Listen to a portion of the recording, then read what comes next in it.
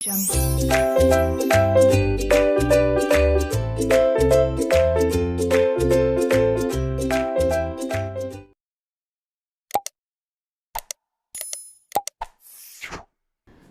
Everyone, हमने पढ़ना शुरू किया था 11th स्टैंडर्ड का basic organisation of business and management, जिसमें हमने देखा था इकोनॉमिक एक्टिविटी और नॉन इकोनॉमिक एक्टिविटी क्या होती है। आज हम उसी में आगे बढ़ रहे हैं। This would be the third lecture, ये थर्ड लेक्चर रहेगा और यहाँ पर एक्सप्लेनेशन हिंदी में है और मैं जो भी एक्सप्लेनेशन करवा रही हूँ वो एनसीईआरटी की बुक से करवा रही हूँ। तो आप एनसीईआरटी की बुक डाउनलोड कर सकते हैं ऑनलाइन। अगर आपको ऑनलाइन लिंक नहीं मिलता है तो आप नीचे डिस्क्रिप्शन बॉक्स में जाके चेक कर सकते हैं। आज हमारा थर्ड लेक्चर होगा। हमने देख लिया था कि सबसे पहले इकोनॉमिक एक्टिविटी क्या होती है, नॉन इकोनॉमिक एक्टिविटी क्या होती है, और इकोनॉमिक एक्टिविटी में हम लोगों ने देखा था बिजनेस क्या होता है और प्रोफेशन क्या होता है। आज हम एम्प्लॉयमेंट की तरफ आगे बढ़ेंगे। So let's start. मैं पढ़ा रही हूँ पेज नंबर 4 पे, आई गेस। 1 सेकेंड। यस, ये भी हो गया था। यस, अब हम जाएंगे एम्प्लॉयमेंट पे, जो पेज नंबर 5 है। ठीक है, तो मैं सबसे पहले आपको पढ़ के सुनाती हूँ और फिर हम आगे बढ़ते हैं। It is an economic activity in which people work for others. There is employer-employee relationship. Employer is the person who offers the job to the person who accepts the job is called employee. Remuneration and terms and conditions are agreed by both of the firm. तो मैंने exactly यहाँ पर ये, अगर आप देख पा रहे हैं, ये एम्प्लॉयमेंट जो मैंने हाईलाइट किया है अभी, यस, ये एम्प्लॉयमेंट जो मैंने हाईलाइट किया है अभी, मैंने भी वही पढ़ा है आपको कि एम्प्लॉयमेंट क्या होता है। एम्प्लॉयमेंट का मतलब यहाँ पर एक रिलेशनशिप होता है दो लोगों के बीच में। एक पर्सन कहलाता है एम्प्लॉयर और एक पर्सन कहलाता है एम्प्लॉई, और दोनों अग्री करते हैं, उनकी अग्री टर्म्स एंड कंडीशंस पे ही एम्प्लॉयमेंट कॉन्ट्रैक्ट या एजेंसी होती है। यहाँ पर एम्प्लॉई अग्री करता है, जैसा जैसा एम्प्लॉयर बोलेगा एम्प्लॉई वैसा वैसा काम करके दिखाएगा।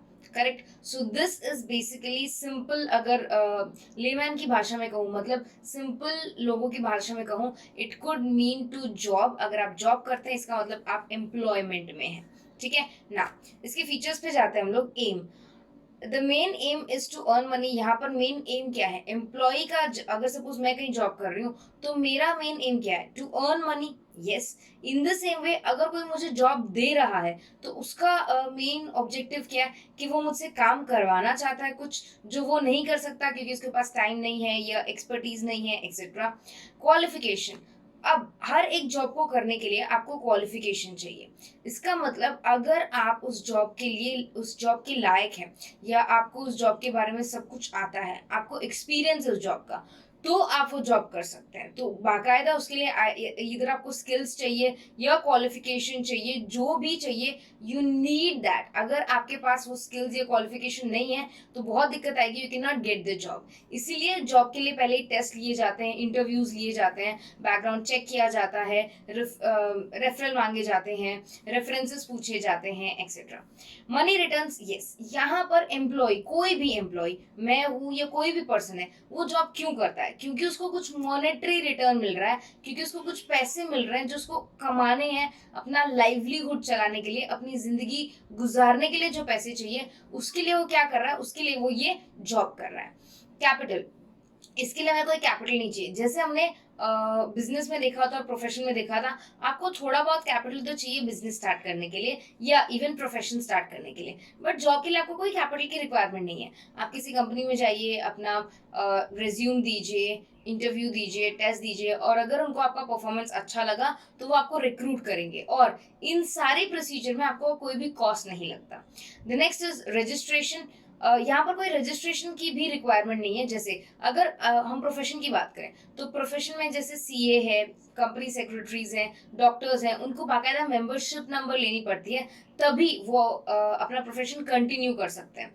बिजनेस है, जैसे कोई रिस्की बिजनेस है, केमिकल्स वाला बिजनेस है, तो आपको लाइसेंस लेना पड़ता है। अगर कंपनी फॉर्म कर रहे हो तो CIN, सर्टिफिकेट ऑफ इनकॉर्पोरेशन, ये लेना पड़ता है। वेयर एज अगर आप जॉब कर रहे हो तो आपको किसी टाइप का रजिस्ट्रेशन करने की कोई जरूरत नहीं है।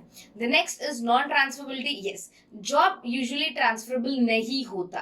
The next is nature of work. ये नेचर ऑफ वर्क बाकायदा आपके कॉन्ट्रैक्ट में लिखा हुआ होता है। आपका कॉन्ट्रैक्टर या जो भी पर्सन आपको एम्प्लॉयमेंट दे रहा है वो बता देता है कि भाई आपको किस तरह का जॉब करना है, उसमें क्या आपकी ड्यूटीज रहेंगी, क्या रिस्पॉन्सिबिलिटीज रहेंगी, क्या आपको अथॉरिटी दी जाएगी, everything. Now moving towards the next point, nature of work. Every employee is expected to complete the work which is given him. The nature of job, yes, last वाला point था ये। अब एक अच्छी सी एक्टिविटी में वो मैं आपको पढ़ के सुनाती हूँ। आप बैकग्राउंड पे देख पा रहे होंगे, एक बॉय है जो इस तरह से कुछ इशारा कर रहा है, and then the activity is written. अब मैं वो पढ़ के सुनाऊंगी, आप बहुत ध्यान से सुनिएगा। Can a business, a profession and employment complete their job independently? Discuss with your teacher. Businessman independently काम नहीं, एक हद तक कर सकता है, बट उसको सप्लायर की रिक्वायरमेंट है, कस्टमर की रिक्वायरमेंट है, बट इंटरनली वो एक हद तक अपना जॉब या अपना काम खुद मैनेज कर सकता है। Profession, yes, correct, but employ खुद से इंडिविजुअली काम नहीं कर सकता, उसको ग्रुप में अपने बॉस के हिसाब से, जो उसका ऑर्गेनाइजेशन उसको बोलेगा उसके हिसाब से उसे करना पड़ेगा। Suraj owns a travel agency. Through his agency, he helps people for all kinds of travel arrangements such as air bookings, railway bookings, arranging tours, etc. He charges some amount for the services offered.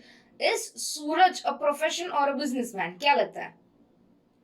सोचिए, अगर answer नहीं पता हो तो answer वैसे पता हो जाना चाहिए।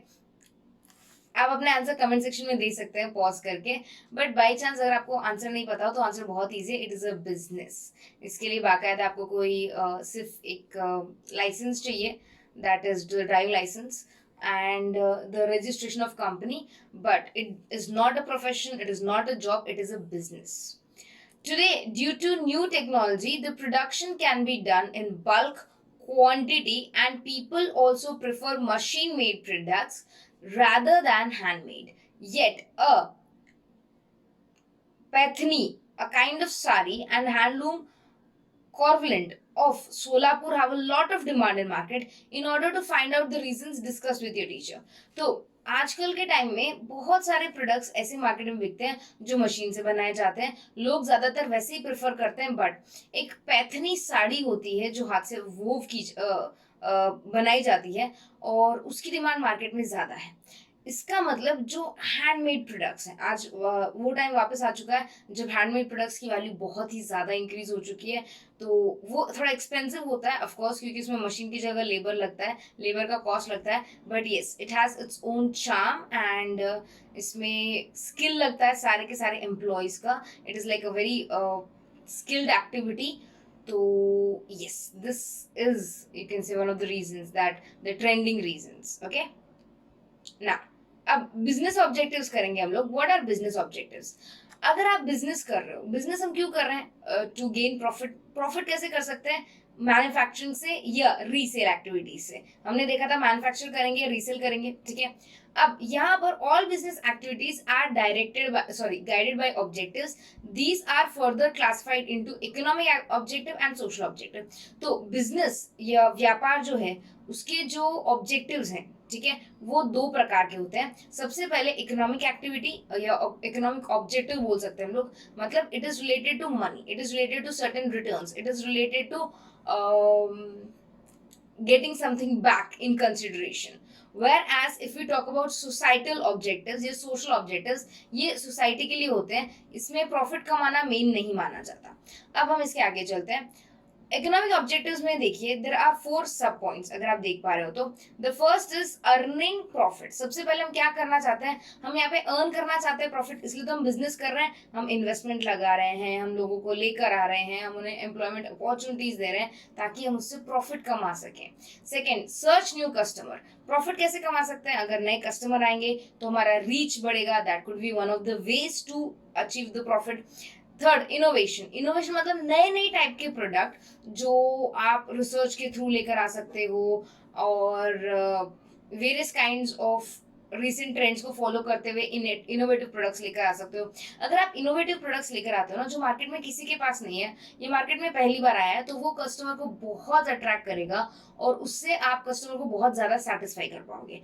तो innovation is also one of the ways जिससे आप बहुत ह्यूज इकोनॉमिक डेवलपमेंट ला सकते हो इन योर कंपनी और organisation. The last is best possible use of resources. जितने भी आपके रिसोर्सेज हैं, कैपिटल हो सकता है, लेबर हो सकता है, any kind of fixed cost हो सकता है, कुछ भी हो सकता है, जितने भी आपने पैसे लगाए वो आप ढंग से इस्तेमाल कर पाओ, इसीलिए आप क्या कर रहे हो, बिजनेस कर रहे हो। तो बिजनेस के जो इकोनॉमिक ऑब्जेक्टिव्स है उसके साथ 4 सब पॉइंट्स हैं: profit maximisation, search new customers, innovation and best possible use of resources. Now moving forward towards social objectives. Social objectives में we have 6 okay 6 different points. Okay, now so sorry, let's start with the first point. Supplying quality products. हम society को क्या देना चाहते हैं, अच्छे products देना चाहते हैं चीपर रेट पे।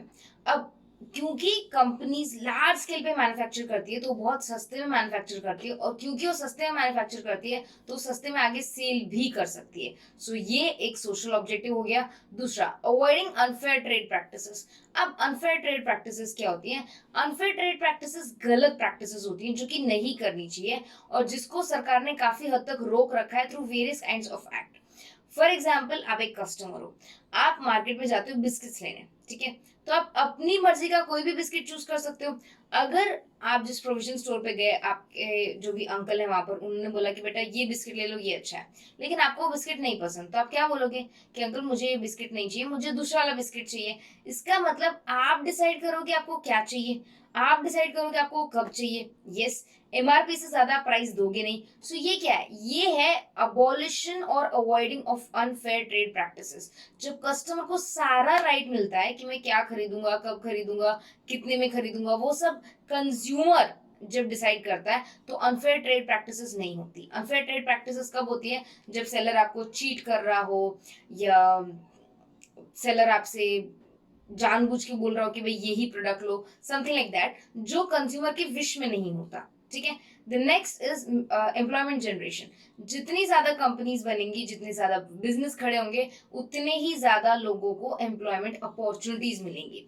इंडिया एक बहुत ह्यूज कंट्री है जिसमें यूथ का पॉपुलेशन सबसे ज्यादा है, और यूथ में काफी हद तक पॉपुलेशन अनएजुकेटेड है और अनएम्प्लॉयड है, एंड मेनी पीपल एजुकेटेड होने के बाद भी अनएम्प्लॉयड है।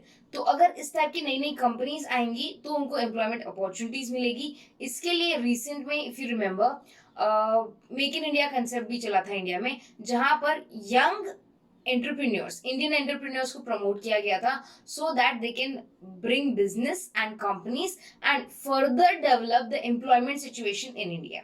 Next thing, welfare of employees. यहाँ पे सिर्फ एम्प्लॉयमेंट जनरेशन नहीं होता, बल्कि एम्प्लॉयज का बेनिफिट भी होता है, या एम्प्लॉयज का वेलफेयर भी होता है। कैसे?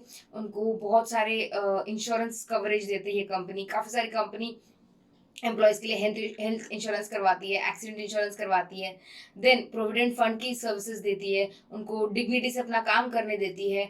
काफी सारी कंपनीज में ग्रेवियंसेस अथॉरिटीज होती हैं, ऑम्बुड्समैन होता है, अगर एम्प्लॉय का कोई भी प्रॉब्लम हो, कंप्लेन हो, तो वो जाके उनको रीच आउट कर सकता है। तो यहाँ पर हम सिर्फ एम्प्लॉयमेंट को जनरेट नहीं कर रहे हैं, एम्प्लॉय को सेफ भी रख रहे हैं, उनका वेलफेयर भी कर रहे हैं, उनका भला भी कर रहे हैं। ठीक है।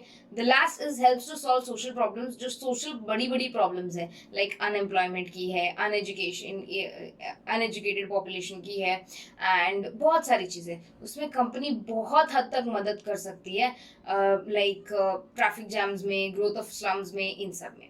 ठीक है।